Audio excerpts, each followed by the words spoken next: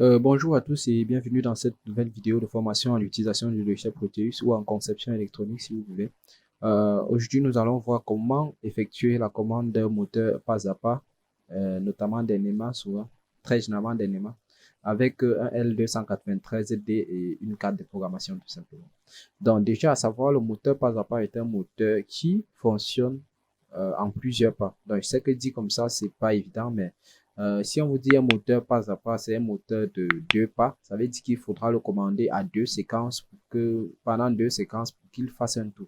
Si on vous dit qu'il est à 48 pas, ça veut dire qu'il faudra faire une séquence de commande de 48 impulsions, par exemple, pour le faire un tour. Par exemple, là, le moteur-ci est un moteur peut-être pas à deux pas. Donc, pour le faire un tour, il faut alimenter out 1 et out 2. Donc, alimenter cette bobine-ci d'abord. Il va faire un demi-tour. Donc, alimenter pendant un certain temps, il va faire un demi-tour.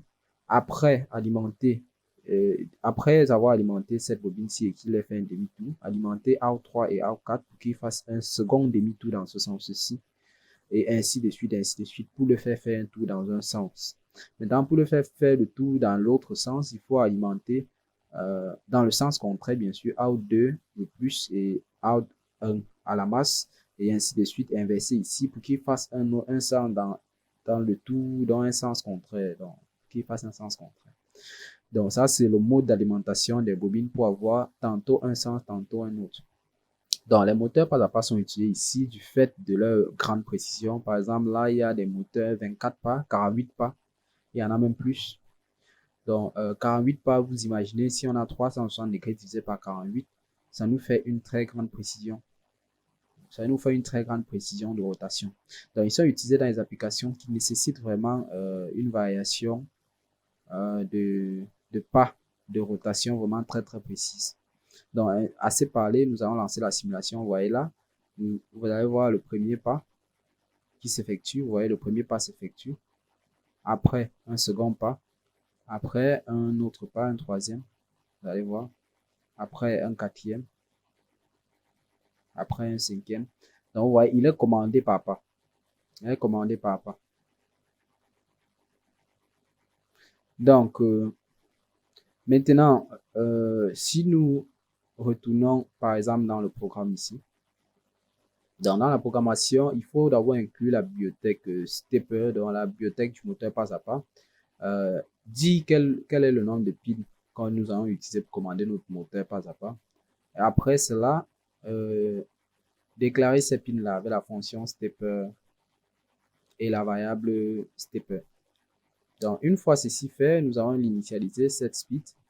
Et après, c'est qui n'est pas nécessaire. J'avais voulu écrire quelque chose, mais bon, il n'est pas nécessaire. Après, nous pouvons donc le faire roter à une vitesse, par exemple, là, de 40 microsecondes et attendre un délai de 100 millisecondes.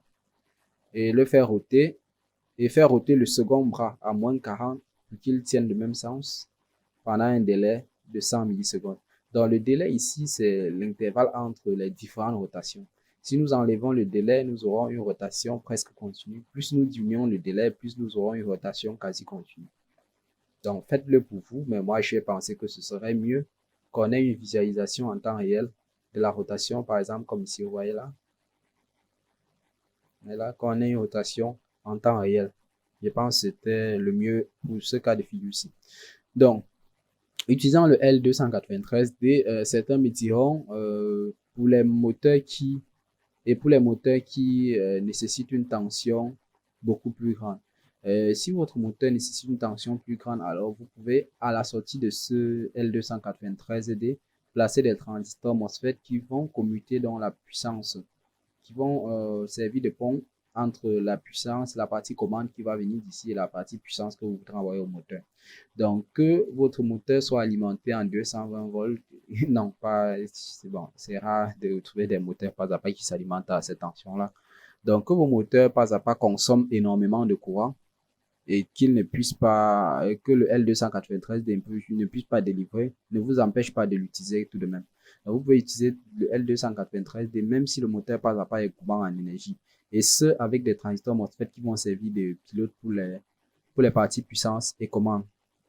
Donc, ceci étant dit, moi, j'espère vraiment vous avoir aidé. Si la vidéo vous a plu, laissez un like, laissez vos commentaires, vos difficultés en commentaire.